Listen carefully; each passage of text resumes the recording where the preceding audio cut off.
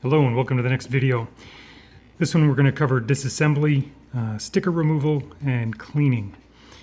You've seen the vehicle I've chosen here in the previous supplemental on blocking in color. We're going to do the Polar Battle Bear but in Cobra colors, and in this case, if you haven't seen that video yet, I simply blocked in the colors I wanted to use on a digital image to see if I was satisfied with them. I was. So now we're going to work on the actual vehicle itself.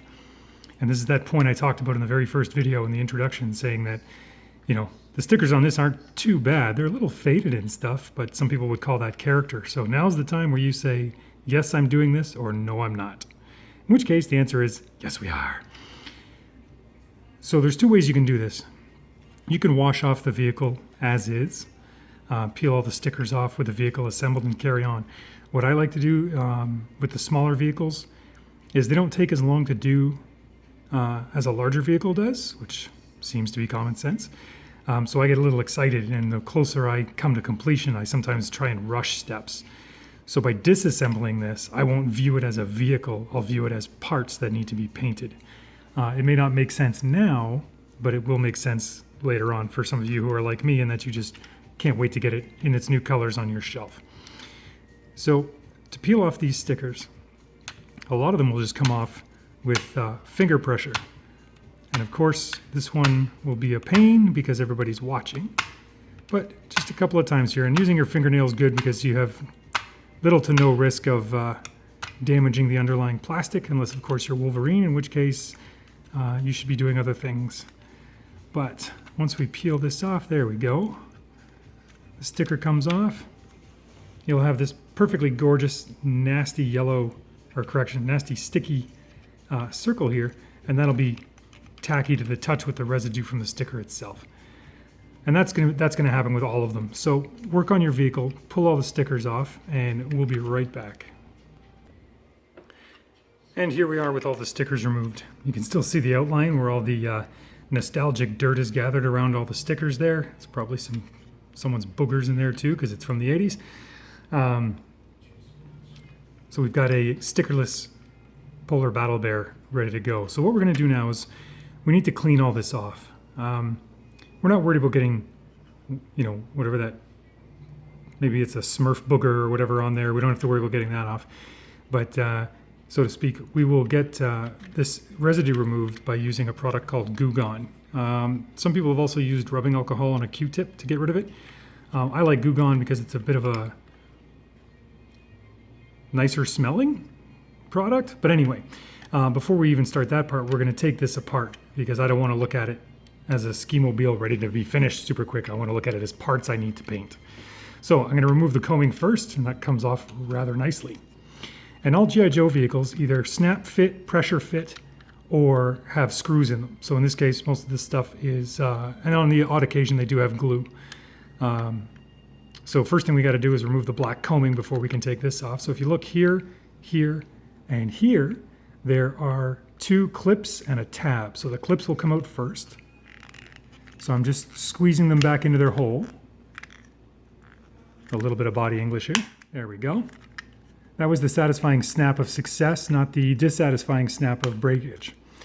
Once I pop out those two clips, I simply pull up on the combing and the tab comes right out. So there's the combing gone, and with that, two more pressure tabs and the control grip falls right out, and I have those three separated pieces already done. We'll put those off to the side. Next, for the main body, tow bar comes off easily enough. Put that somewhere safe because they break rather easily. The engine cover comes off, and that's what I love about G.I. Joe is it wasn't just a vehicle you could sit in, but you could even have the guy pull the engine cover off and perform maintenance on it, which I thought was pretty sweet.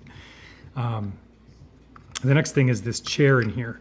Now looking around, look around your vehicle and look for clues as to how it comes apart if you're not familiar with it. This tread piece here looks like it's all one piece, or it's two halves glued together, and we can deal with that no problem. But getting this chair out, if you look in the back here, right where my thumb's tapping, there's a black tab. So if that tab is hooked in the back, that means it's got to pry out from the front. Remember that logic, and we'll use that to disassemble any other G.I. Joe vehicle. So I'm going to put some light pressure pushing backwards and up, and it comes right out. And there's that tab that we were talking about on the back of the chair right there. Okay. The front of this here with these two knobs was what's helping keep the pressure on the two forward pews here. So now that you can see that that pressure is gone, these just lift up, twist, and out. And again. And there's your sidebar. And what happens next? Well, now that we've removed the chair, we've revealed the tab that locks in, or excuse me, the tab and the slot here that locks in the treads. So this one's here a little thicker, so it's going to be a little scary to push on it. However, there we go, the satisfying snap of success and not breakage. And it slides right out. These are your one-piece treads here. They have a roller wheel in there, and these are glued together. So I'm not of a mind to try and pry them apart, lest I snap the plastic, which we could fix, but we're trying to be as gentle as possible in this case. So I'm actually going to tape that off, mask that wheel set off after, during the painting process. And we'll protect that wheel because it's a contact surface, and then we can keep this track black. In fact, we're not even going to touch this track, so we don't even have to. But if I was going to change the color, I'll mask off that wheel. And what we have left is the body of the ski mobile and these front skis. And right in there, you can see there's another set of pressure tabs. So in this case, you might need a pen or a pencil to get in there. But all I'm doing is putting light pressure on there with my finger. I'm pushing in and down, and out comes the skis. So there we go.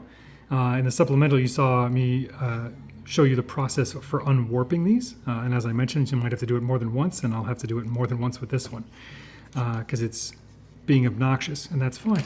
And there we go. We have all of our pieces disassembled and ready to clean. First with Goo Gone, and then once that's done, we're going to clean the whole thing with dish soap and water. Okay? So that's it for this next phase. So we'll move on down to the laundry sink and start our preparations. So just hang on. Okay, and here we are for the next phase, which is the application of the degreaser or Goo Gone. Here's the product I like to use. It's in a spray bottle here. I just find it's a lot easier to apply. And what I'd like to do is apply it to the whole part if required. I missed a sticker there.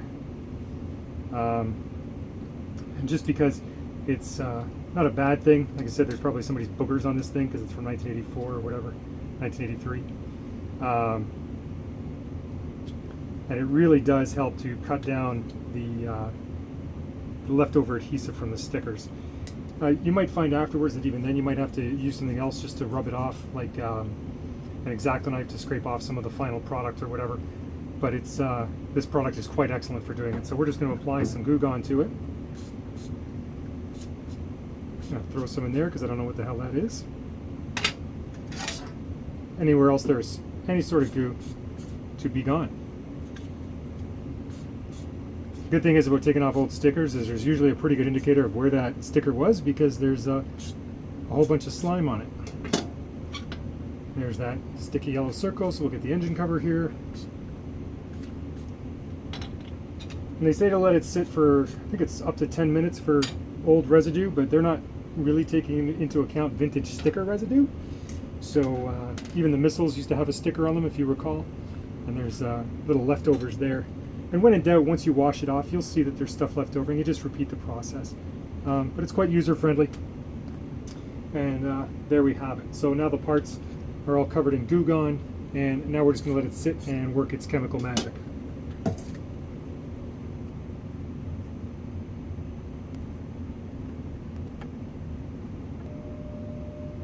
Okay, we'll absolutely pretend that those sat for as long as they needed to, and we'll carry on with the next phase, which is washing the parts. So I put a couple of drops of the good stuff into a bucket of hot water. Not too hot, you don't want to burn yourself. We're actually going to backstep for a second here because I realized that because there's such a thing as people eating Tide Pods, when you're using Goo Gone, there's warnings on the label. Follow the warnings on any chemical you use during this whole process. There, public service announcement complete. And now you know, and knowing is half the battle. So now what we're going to do is we're going to take all of our parts, including the parts we didn't need to put Goo Gone on, and we're going to throw them in the water. And we're going to let them soak for a bit. I like to use one of those plastic wire brushes to clean the parts, really get in all those nooks and crannies and stuff. You just want to be careful that you don't either scratch the plastic or break something because you're scrubbing it too hard. So we're just going to drop all these parts in there. I like to use an abrasive sponge sometimes as well. and we'll just see how the Goo Gone's doing its thing. Give it a little scrub. And minus the residue from the Goo Gone itself, you can see that the residue from the sticker is gone. So we're going to plop that in there. Let's check the engine cover here. You can see the circle. A little bit of wax on, wax off. And it's gone. Same thing on the sides. A little bit of body English, and we'll get all these marks off there. It's fine if it's still discolored, because we know that the stickers may have blocked the sun, especially if you were playing outside. And that's fine, because this is all going to get painted anyway. So we're not trying to de-stain it or de-sunburn it, if you will. We're just trying to get all the residue off from the stickers. So we're good there. Let's try this bad boy right here. Oh yeah, we're styling. Absolutely styling. You can see that stubborn line there from that sticker. Oh, there you go, some free squeaks.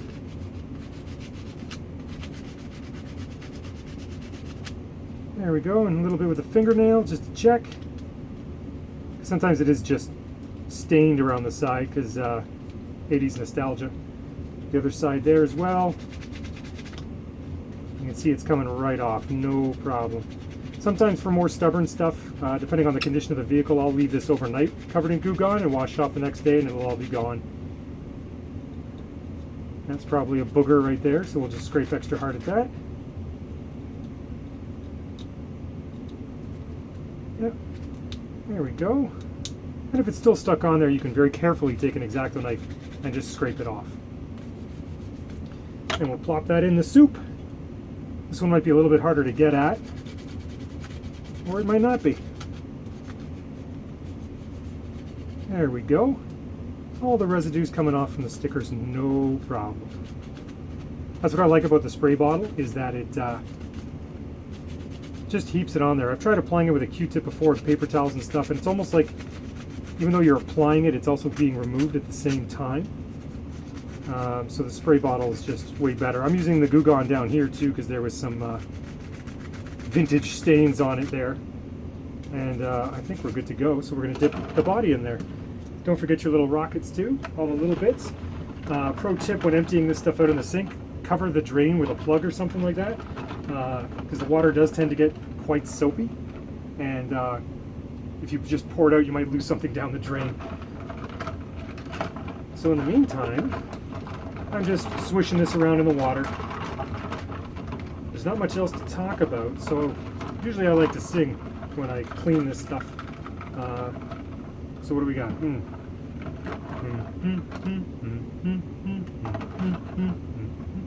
La don el mobile, I don't know the rest of it, so as I clean the Joe parts, I'll just make it up. Then we'll scrub a little bit, get all the dirt out of it, and we'll throw it back in the water and swish around the parts some more. Then when you are done, you can dump all the water out, and by the time you finish, you should have clean parts. Alright, now we're just going to rinse these off. Oh yeah, there you go. See, that's perfect. This is just soap and water here rinsing this off. But you can see once I dry it off, the sticker residue is completely gone. And we're just getting rid of some of that other nostalgic dirt that got stuck in there, some kid's boogers or something, whatever. There we go. Yep, that's fantastic. Nice and clean. Nice and clean. There's a stubborn booger right in there. We'll just scrub that a bit. Dawn's fantastic for cleaning a lot of things. And even if you didn't need to remove stickers from your vehicle, it's always recommended just to give it a wash. Even if you just if you get a vehicle in a trade or something like that, some people tend to mail their vehicles with the vintage dirt on it, which is let's call it awkward. So just give it a clean anyway. I do that even with my Joes. I'll just, if I get some in the mail, I'll quickly whip up a batch of hot soapy water, and I'll just dump them in there, scrub anything I need to scrub, whatever, very gently, and then rinse them off and let them air out. And then they'll also have that basement smell gone, which I'm still trying to track down. I don't know where the basement smell comes from, but it's a thing. So now all I'm going to do is rinse these off, and I'll show you the end result. So just hang on. And here we are, all done with the cleaning process. So we used Goo Gone for the sticker residue and soap for everything else. And what you've got now is a almost completely residue-free disassembled vehicle. I say almost completely because sometimes there will be, no matter how many times you treat it, you'll have some residue left over, and you'll be able to feel it with your finger if you run it over. So just as a quick demonstration, I'm being very careful with an X-Acto knife here. And all you do is lightly scrape it away, and it'll disappear. Even if the discoloration is there, that's fine. You're still going to be painting over it. Just be careful not to scratch the plastic. Go slow, go shallow, and you can get rid of the lines of resin. And we are ready for primer. Now before we begin the painting phase, just a couple of pointers. If you come up, when you're talking about your design, for example, in the current one we have, I want the tracks to be black. Now if you leave them black just like this, it's fine, right? The plastic is molded in that color. So if I scratch it, it's going to be black underneath. If I paint these tracks, let's say gray, for example, and I scratch the paint, then they'll be black underneath. So let's say, for example, one of your things, let's say this was super sun faded. Like you can still see the outline of the sticker there from sun fading and just from age or whatever, but there's no residue there. Now, I was going to leave this potentially black, but I may want to paint the whole thing again just so that the black is uniform and you don't get those marks. If you're fine with it, then leave it. But it may detract from your overall custom. So there's a good shot there where you can see the leftover image, if you will, of the sticker. But it's completely smooth. So if I was going to leave this black, I would actually prime it and repaint it again. It may seem like an extra step, and if you don't want to do it, then by all means don't. It's your custom. It's just a preference I have for the most part to make up for that kind of error. So with all of this said and done, nice and clean, we can carry on. And what I'll do is I'll start the priming in the next video. And we'll go over techniques. We're going to do this one with a spray can because that's the one that's most easily accessible to everybody. And then we'll do other videos on airbrushing and whatnot. And we'll go over tips and tricks for using spray cans because it's not as much of a heavy application of paint as you might think it is. So until next time, make sure you got your stuff nice and clean and ready to go, and we'll see you then.